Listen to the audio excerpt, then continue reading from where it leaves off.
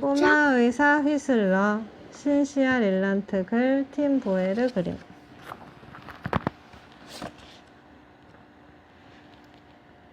어디 보자. 꼬마 휘슬러는 장난감 마을이라는 멋진 장난감 가게에 살고 있어요. 아이들이 엄마 아빠와 함께 와서 가게 안을 구경하는 동안 꼬마 휘슬러는 하루 종일 우리 안에서 잠을 잔답니다. 어떤 사람들은 그런 꼬마 휘슬러의 생활이 재미없다고 생각할지도 몰라요. 하지만 천만에요. 날마다 밤이 되어 깜깜해지면 이 꼬마 기니피그는 잠에서 깨어나 새로운 모험을 떠나거든요. 꼬마 휘슬러는 장난감 마을의 친구들을 만나러 갈 때 파란색 작은 코트를 입어요. 그러면 하나도 춥지 않거든요. 어두운 밤이 되면 장난감 마을에서는 신기한 일들이 벌어진답니다. 장난감들이 말을 하고 움직이며 꼬마 휘슬러의 사랑스러운 친구가 되어주어요. 꼬마 휘슬러는 이따금 장난감 마을의 기차를 타고 밤새도록 친구들을 만나러 다니지요.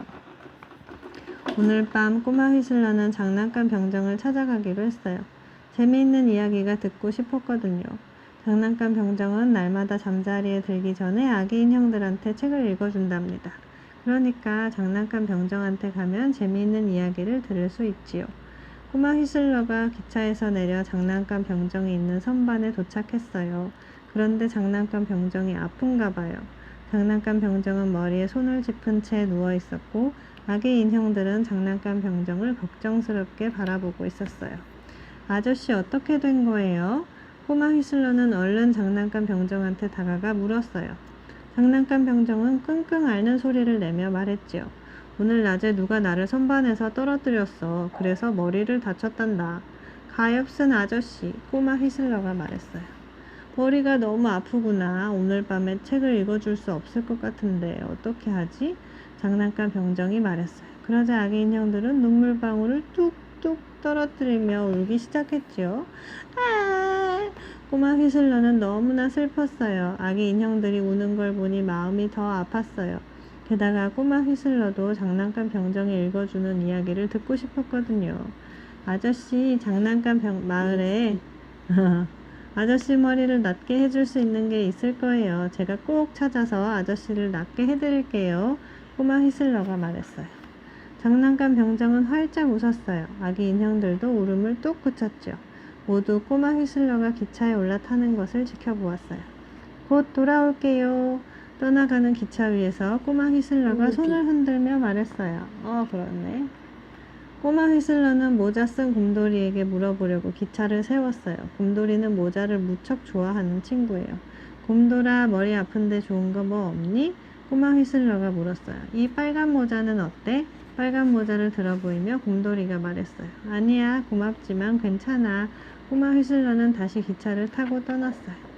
중국 인형 바이올렛은 작고 하얀 화장대 앞에서 노래를 부르고 있었어요. 바이올렛, 머리 아픈데 좋은 거 뭐 없니? 꼬마 휘슬러가 물었어요. 자장가를 불러주면 어떨까? 바이올렛은 자장가를 부르기 시작했어요. 하지만 자장가를 듣는다고 머리 아픈 게 나을 것 같지는 않았어요. 꼬마 휘슬러는 바이올렛에게 고맙다고 말하고 다른 곳으로 갔어요. 사자는 바닐라 과자를 가지고 있었지만 바닐라 과자로는 머리 아픈 걸 낫게 할 수 없어요. 밤마다 장난감 마을을 깡충깡충 뛰어다니는 토끼는 오늘도 여기저기 뛰어다니느라 바빴어요. 그래서 휘슬러의 이야기에 귀를 기울일 시간조차 없었지요. 가엾은 꼬마 휘슬러, 가엾은 장난감 병정. 아빠 안녕. 여기에서 같이 자는데 장난감 마을에는 머리 아픈 걸 낫게 할 수 있는 올 때도 바람 불었어. 정말 하나도 없는 걸까요? 바로 그때 친절한 엄마 인형이 휘슬러한테 다가왔어요. 지나가다 휘슬러 이야기를 들었나 봐요. 물론 엄마들은 머리 아픈 걸 낫게 할 수 있는 게 무엇인지 잘 알고 있지요. 엄마 인형은 꼬마 휘슬러를 병원놀이 장난감이 가득한 곳으로 데려갔어요. 꼬마 휘슬러는 정말 기뻤어요. 이 엄마 인형 엄마 닮았지 않았어? 꼬마 휘슬러는 얼른 의사 가방 하나를 집어들고 이렇게 좀 더 옆으로 있어야 돼. 머리를 길러야겠다. 장난감 병정한테 돌아갔어요. 꼬마 휘슬러는 장난감 병정을 진찰했어요. 귓속도 살펴보고 무릎도 두드려 보았죠. 꼬마 휘슬러는 장난감 병정에게 약을 먹이고 머리에는 붕대를 감아주었어요. 이제 하나도 안 아파. 고마워 꼬마 휘슬러. 장난감 병정이 씩씩하게 경례를 하며 말했어요. 꼬마 휘슬러와 아기인 형들은 장난감 병정 주위에 둘러앉아 장난감 병정이 읽어주는 이야기를 들었지요. 얼마 지나지 않아서 꼬마 휘슬러와 아기인 형들은 모두 잠이 들었답니다.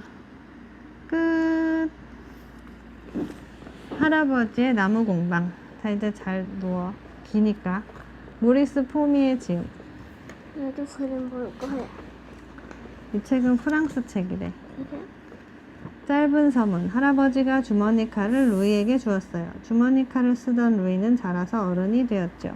칼날이 무뎌지자 루이는 날을 바꾸었어요. 몇 년이 지나 낡은 손잡이도 새로 달았어요. 루이도 이제 할아버지가 되었어요. 자기가 쓰던 주머니 칼을 손자에게 주었지요. 이 주머니 칼은 처음 할아버지가 준 칼이랑 같은 칼일까요? 아니요, 손잡이를 아니면 다시 다른 칼일까요? 다른 거죠. 손잡이를 다시 잘랐잖아요. 그리고 칼날도 바꿨어요. 그러면 다른 칼일까요? 네. 잘 생각해 봅시다. 엄마도 헷갈립니다.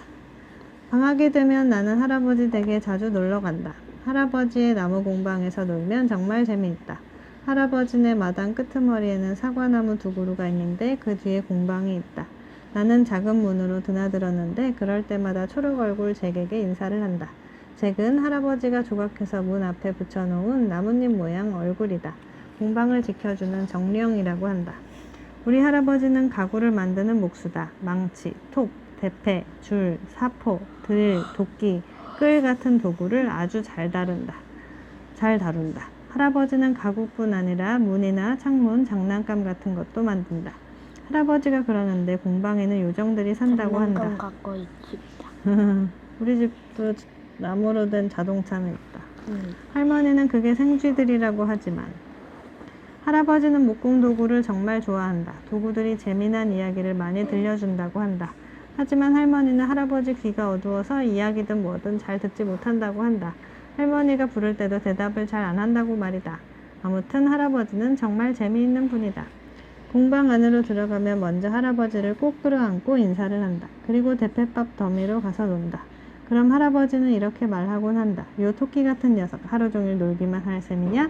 그러면서 못이랑 망치를 내 손에 쥐어준다. 목수놀이를 하라고 말이다. 작업대 옆 상자에서 자투리 나무를 꺼내주면 나는 그걸로 집도 만들고 배도 만든다. 가끔 망치로 손가락을 찌으면 할아버지는 이렇게 말한다. 그러면서 배우는 거란다. 나는 할아버지가 일하는 모습을 긴 의자에 앉아 지켜보곤 했다. 그러면 할아버지는 쓰고 있는 도구의 이름을 알려주었다. 톱질을 어떻게 하는지도 보여주었는데 내가 직접 톱질을 해보기에는 너무 어리다고 했다. 나는 공방에 사는 요정들을 정말 만나고 싶다. 공방을 구석구석 다 뒤져봤지만 아직 보지 못했다. 할아버지는 그동안 주운 이야기를 모자 안에 넣어둔다고 했다. 그 많은 이야기가 어떻게 작은 모자에 다 들어가는지 모르겠다. 할아버지는 나무 한 그루가 어떻게 목재가 되는지 다 알고 있다. 아주 깊은 산속에서부터 할아버지 작업대로 오기까지 나무가 하는 여행 말이다.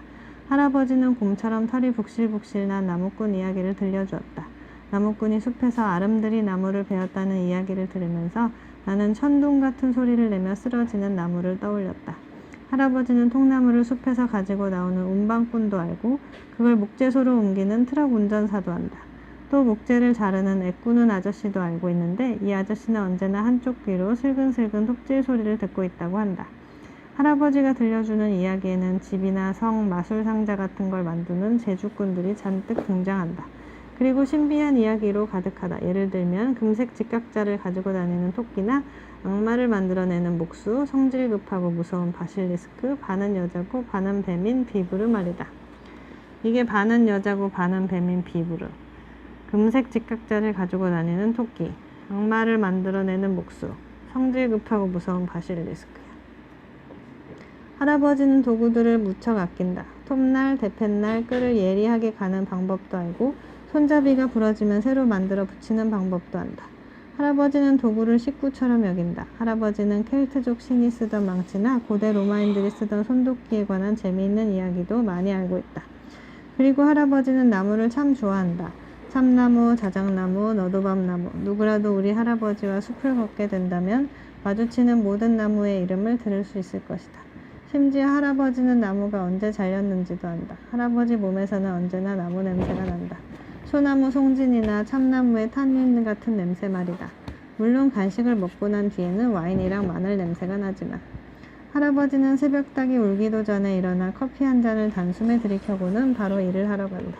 아침 8시가 되어야 아침을 먹는데 빵이랑 수프, 훈제 물고기랑 치즈, 그리고 양파랑 마늘을 먹고 와인도 조금 마신다.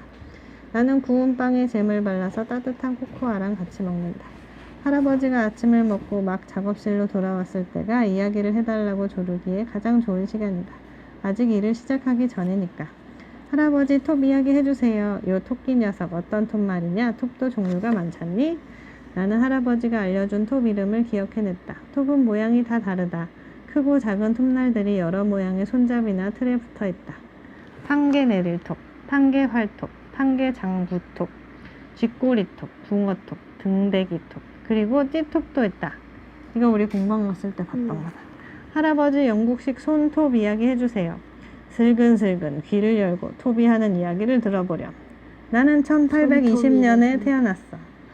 내 첫 번째 주인은 존 트윌빌이라는 미국인 목수였어. 존은 여기저기를 떠돌며 일하다가 어느 작은 마을의 잡화점에서 나를 샀지. 나는 영국에서 만들어졌어. 그리고 커다란 배를 타고 건너와 나귀들이 끄는 마차에 실려서 그 마을 잡화점까지 가게 되었단다. 존 트윌빌은 노새 2마리에 연장통과 프라이팬, 주전자, 큰 배낭을 싣고 다녔어. 일거리를 찾아 여기저기 떠돌아다녔지. 그리고 돈을 좀 모았다 싶으면 연장들을 치워두고 노새들은 말 보관소에 맡긴 다음 진탕 마시고 놀았어. 가진 돈을 다 쓸 때까지 말이야. 지갑이 비자 존은 다시 연장통을 들고 노새를 끌며 일거리를 찾아 나섰어. 한동안 방탕한 생활은 잠시 잊고 다른 목수들과 함께 아주 커다란 헛간을 지었지. 이때 존 트윌빌은 열심히 일했어. 새벽닭이 올 때 일어나서 저녁달이 뜨면 잠자리에 들었어. 술은 한 방울도 입에 대지 않고 밥을 거인처럼 먹어댔단다. 존이 톱날을 자주 갈았기 때문에 나는 날이 잘 서 있었지. 존은 집을 많이 지었어. 담뱃잎이나 옥수수를 말리는 헛간도 짓고 화장실, 훈제소, 닭장, 토끼우리도 지었어. 가끔은 울타리도 만들었지. 이게 훈제소인가 봐. 햄 같은 걸 만드는 곳이야. 햄은 연기로 익히는 거거든. 햄이랑 베이컨은. 그래서 연기가 이렇게 풀풀 나고 있어. 안에 그럼 고기들이 익히고 있는 거야? 고기를 연기로 익히고 있는 거지. 바베큐 비슷한 거지. 그러다 1848년에 내 인생이 바뀌었어. 제임스 마셜이라는 남자가 캘리포니아에서 금광을 발견한 거야. 금이라고? 고민할 것도 없이 존 트윌빌은 가진 걸 모두 팔아서 금을 찾으러 떠났어. 그 바람에 나는 배를 만드는 장 프랑수와 구드롱이라는 목수에게 팔렸지. 그 뒤 나는 거친 바닷바람을 알게 되었어. 어떤 쇠라도 녹이 슬게 만드는 무서운 바람이야. 구드롱이 기름 먹인 천으로 나를 감싸주었는데 어찌나 편안하고 아늑하던지. 나는 배를 고치는 방법도 배우고 화물이 움직이지 않도록 고정하는 법도 배우게 되었어. 장 프랑수와 구드롱은 문신을 좋아해서 온몸에 문신이 많았어. 내 손잡이에도 닷 모양을 새겨주었지. 오랜 시간 공을 들인 거라 꽤 멋졌단다. 장 프랑수와는 재주 많은 사람이었고 항상 나를 소중히 다루었어. 하지만 배가 낭뜨에 잠깐 정박했을 때 그는 그만 죽고 말았어. 장 프랑수아가 머물던 여관 주인은 장례비를 마련하려고 그 사람 물건을 팔았어. 그때 클로테르 그루부아가 나를 사게 된 거야. 클로테르는 프랑스 곳곳을 여행한 도목수였어. 그 뒤 나는 클로테르의 아들에서 아들로 대물림되었지. 내가 지금까지 살면서 만들어낸 톱밥을 쌓으면 아마 엄청나게 높은 산이 될 거야. 우와, 재밌어요. 그런데 클로테르 그루부아라는 분을 아세요? 알고 말고 이 이야기를 해준 사람이 바로 그분이란다.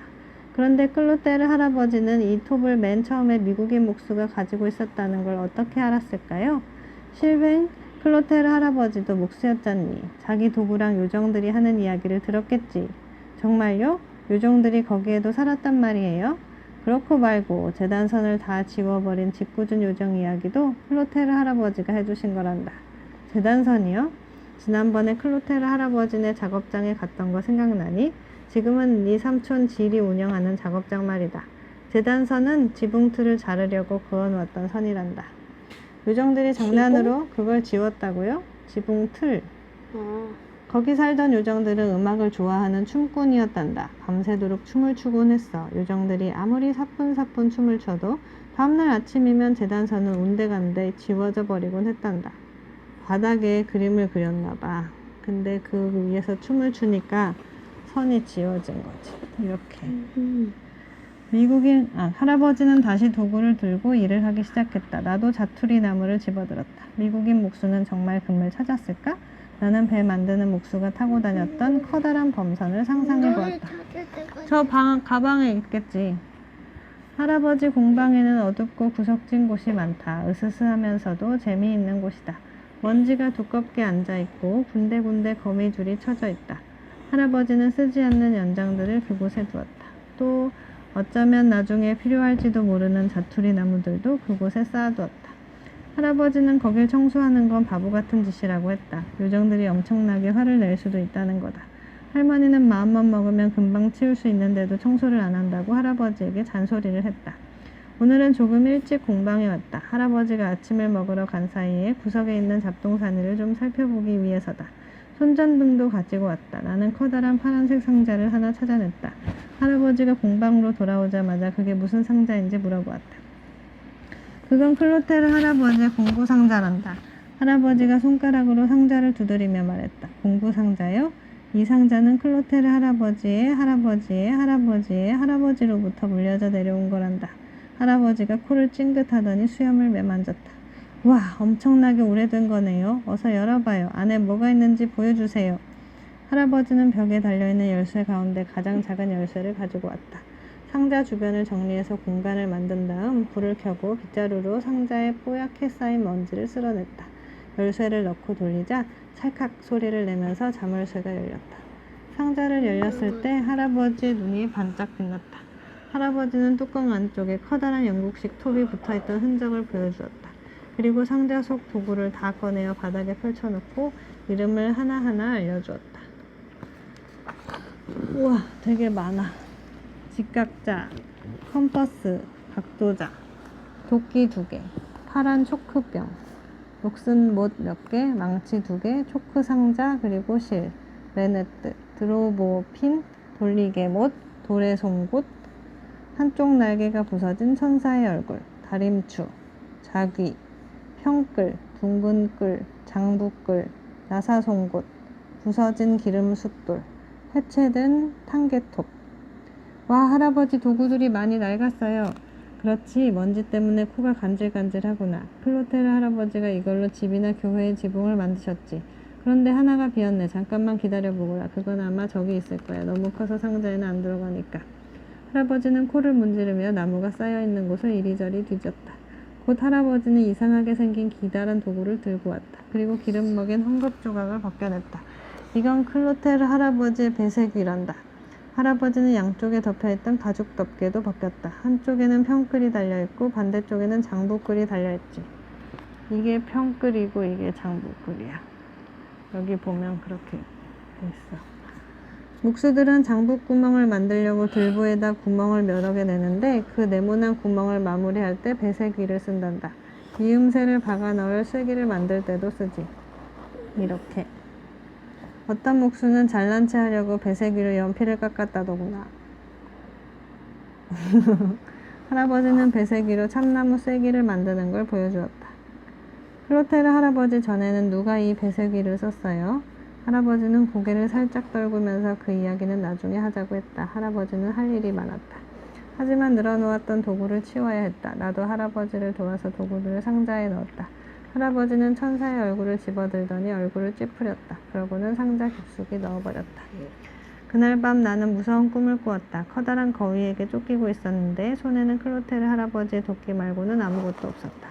도끼날에 덮개를 벗기려고 애를 썼지만 끈을 풀 수가 없었다. 그런데 사냥을 탄 여자 마법사가 나타나서 나를 도와주었다.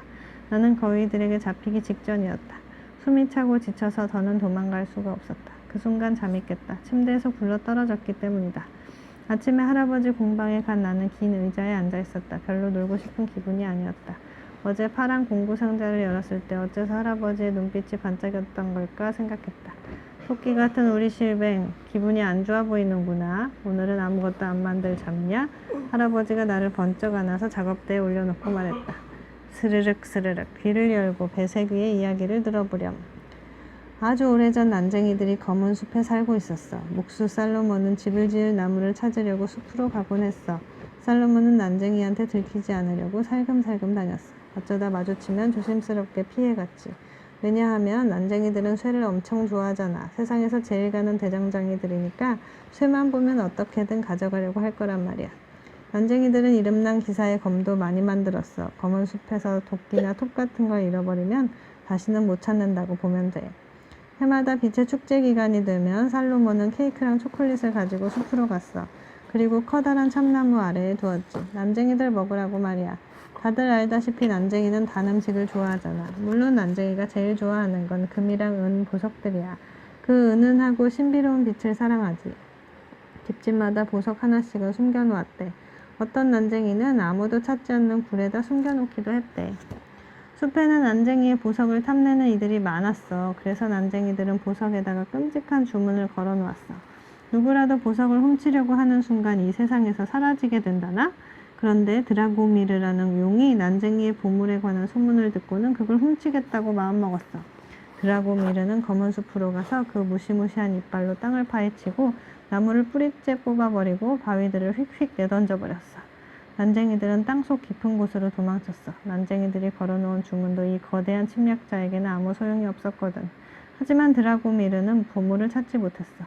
드라고미르가 울부짖는 소리 때문에 아무도 숲에 들어갈 수가 없었어. 목수 살로몬도 일을 할 수 없었지. 화가 난 살로몬은 괴물에게 맞서기로 했어. 더는 못 참겠어. 제 아무리 커봐야 비늘에 덮인 큰 닭일 뿐이야. 그런 놈이 내 인생을 망치게 둘 수는 없지. 살로몬은 도끼를 챙겼어. 평끌이랑 장부끌도 챙겼지. 그리고 용을 찾아갔어. 썩 꺼져라 이 괴물아. 살로몬은 용을 향해 소리쳤어.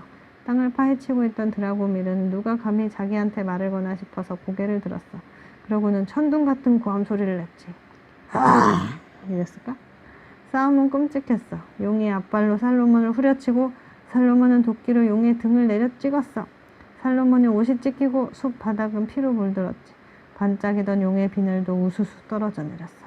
드라고미르가 살로몬의 도끼를 낚아채고는 살로몬을 커다란 나무 기둥으로 밀어붙였어. 용이 으르렁거렸지. 당장 끝장내주마. 이 코딱지만한 벌레 녀석아.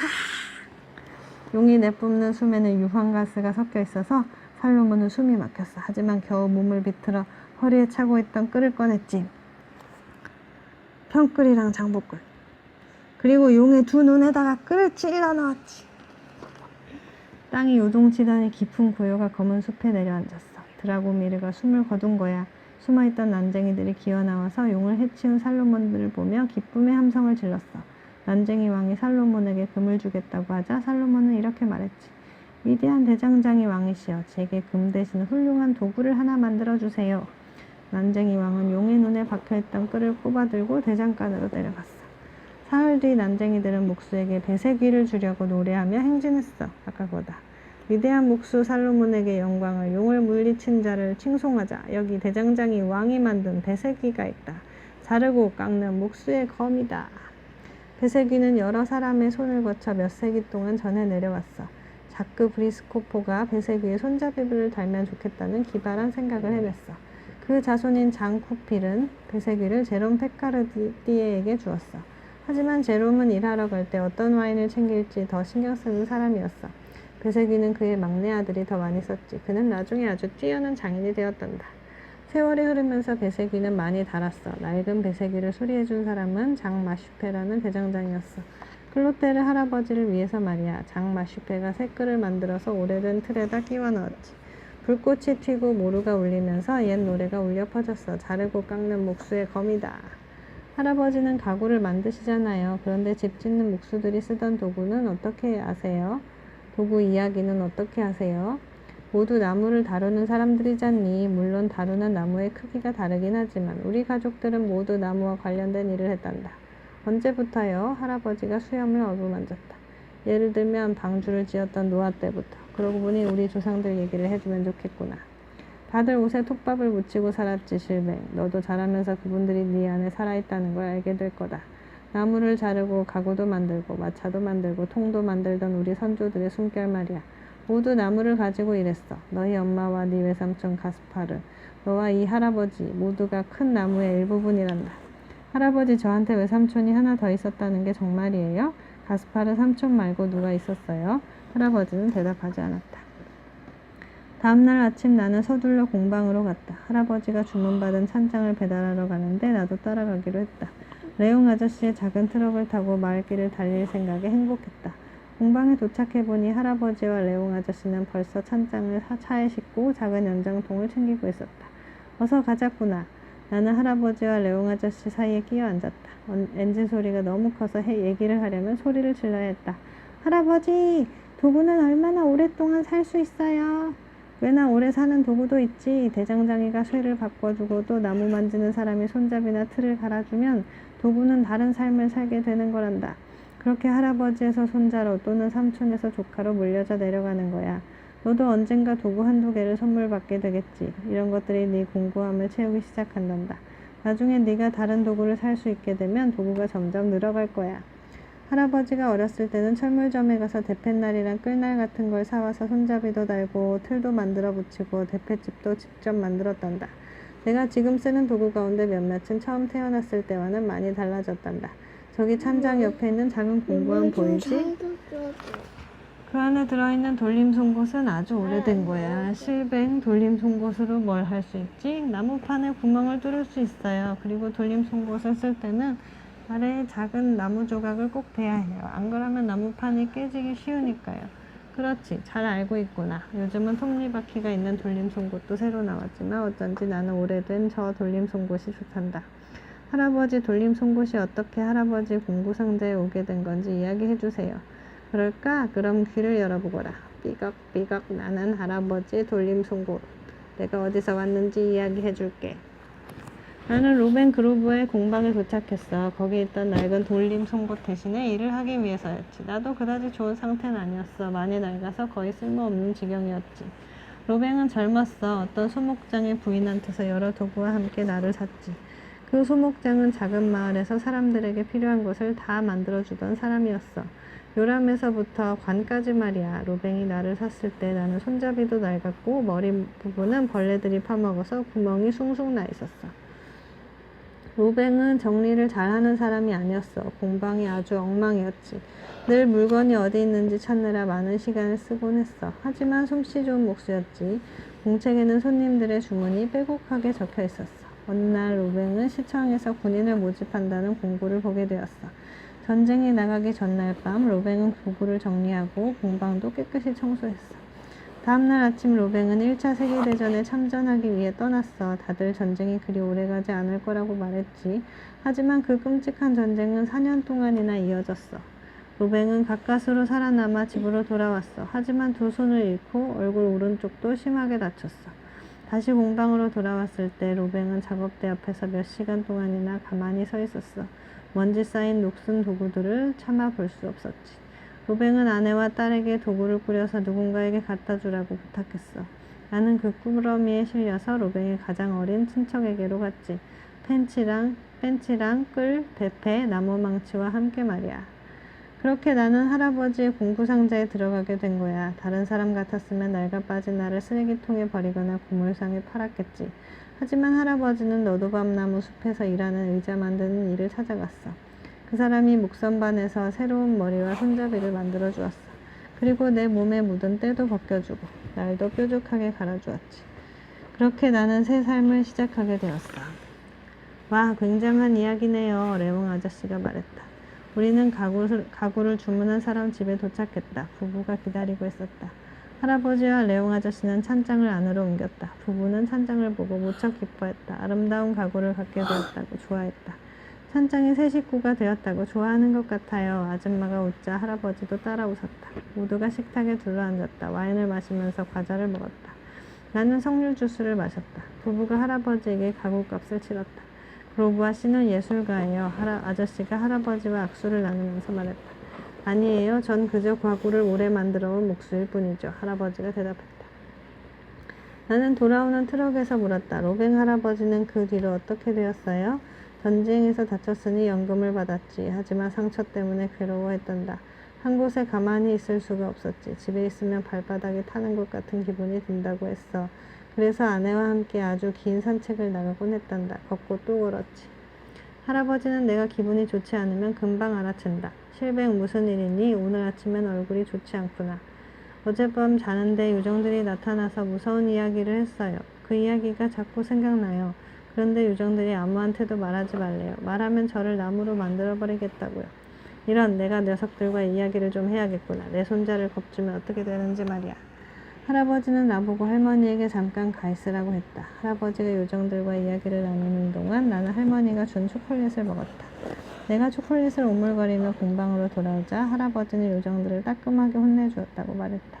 널 계속 괴롭히면 공방에서 쫓아낸다고 했으니 걱정 말고 요정들이 뭐라고 했는지 말해보거라.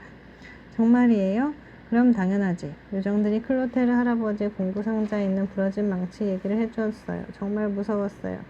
그럼 이리 와서 같이 주문을 외워보자꾸나. 탕탕, 길을 열어라. 나는 아벨 그로브아의 망치다. 아벨 그로브아는 의자를 만드는 사람이었어. 형 샤를과 함께 일을 했는데 안락의자, 스툴, 소파 같은 걸 만들었지. 둘의 공방은 꽤 유명해서 부자들이 가구를 많이 주문했어. 귀족들도 아벨 형제가 만든 의자를 좋아했지. 그때 나는 반짝반짝 빛났어. 손잡이도 매끄러웠지. 아벨은 일이 끝나면 다른 도구와 함께 작업대 아래에 있는 상자에 나를 넣어두었어. 샤를과 아벨은 사이가 좋지 않았어. 둘은 끊임없이 말다툼을 했지. 그래도 신기한 건 둘이 싸우면서 온갖 물건을 던져댔지만 만들어 놓은 가구는 멀쩡했다는 거야. 나무들이 공방 안에 이리저리 날아다녀도 가구는 항상 비켜갔거든. 어느 날 오후 샤를이 비틀거리며 돌아왔어. 점심을 먹으러 나갔다가 술을 마신 거야. 샤를은 망치를 쓰려고 했어. 하지만 망치가 손에 닿지 않았지. 동생의 망치를 빌리려고 아벨의 작업대 쪽으로 갔어. 하지만 아벨이 샤를을 밀쳐내서 샤를은 바닥에 쓰러졌어. 그 더러운 손으로 내 연장 건드리지 마. 말로만 싸우던 두 사람은 서로 때리며 바닥을 뒹굴기 시작했어. 아벨은 힘이 좋았어. 팔로 샤를의 목을 감아서 졸랐지. 샤를은 아벨의 팔을 겨우 풀고 톱밥이랑 대패밥 사이에 놓여있던 불쌍한 나를 움켜쥐었어. 그리고 아벨을 힘껏 내리쳤어. 아벨은 움직이지 않았어. 하지만 샤를은 계속 내리쳤지. 내 손잡이가 부러지자 갑자기 정신이 든 샤를은 동생을 내려다보았어. 아벨의 팔을 잡고 마구 흔들었지. 맙소사, 무슨 짓을 한 거야. 샤를은 부끄러움과 공포에 휩싸였어. 겁이 난 그는 멀리 달아나 버렸어. 그 뒤로 샤를을 본 사람은 아무도 없었어. 어떤 이는 샤를이 브라질이나 루이지애나로 가는 배를 탔다고도 했어. 아벨의 아들이 공방을 이어받았어. 그 뒤로는 그의 조카가 물려받았지. 모두가 내 이야기를 알고 있었고 아무도 그걸 자랑스러워하지 않았어. 하지만 어쩐 일인지 나를 쓰레기통에 버리는 사람은 없었어. 손잡이가 부러진 망치. 나는 상자에서 상자로 대를 이어가며 살아왔어. 그리고 지금은 클로테르의 공구 상자에 있지. 할아버지는 알 수 없는 표정으로 나를 바라보았다. 그러다 내 머리를 쓰다듬으며 부드럽게 말했다. 그런 이야기였구나. 네, 그러고 나서 잠에서 깼어요. 할아버지, 아무도 그 망치에 새 손잡이를 달아주지 않았어요? 그렇단다. 저주받은 그 망치는 우리 가족의 공구 상자에서 숨어 지내고 있지. 실뱅, 도구를 쓸지 말지 결정하는 건 사람이란다. 그리고 술을 많이 마시거나 화를 내는 건 좋지 않다는 것도 기억해라. 그럼 할아버지도 알고 계셨던 거예요? 내가 아주 어릴 때 클로테르 할아버지에게 물어본 적이 있단다. 왜 망치 손잡이가 저 모양이냐고. 클로테르 할아버지는 그 이야기를 어떻게 알았을까요?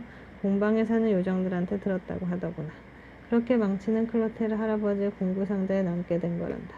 클로테르 할아버지가 돌아가시고 나서 할아버지의 도구는 아무도 쓰지 않았어.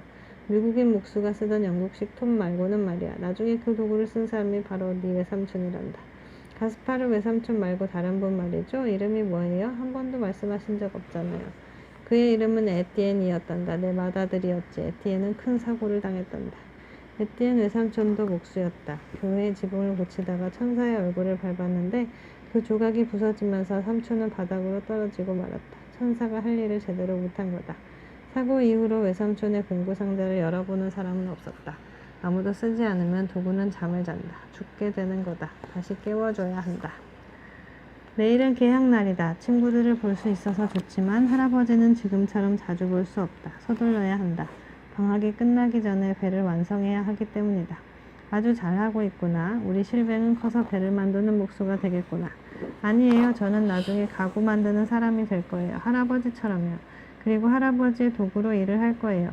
실뱅, 그 말을 들으니 정말 기분이 좋구나. 앞으로 도구를 어떻게 써야 하는지 천천히 가르쳐주마. 하지만 기계를 다루는 법도 배워야 할 거다. 가스파르 삼촌의 목공장에 있는 기계들 말이야. 네가 일을 할 때쯤이면 지금이랑은 다른 방식으로 일을 하게 될지도 모르지. 어쨌든 내일은 학교에 가야 한다. 그것도 목수가 되는데 아주 중요한 일이니까. 끝.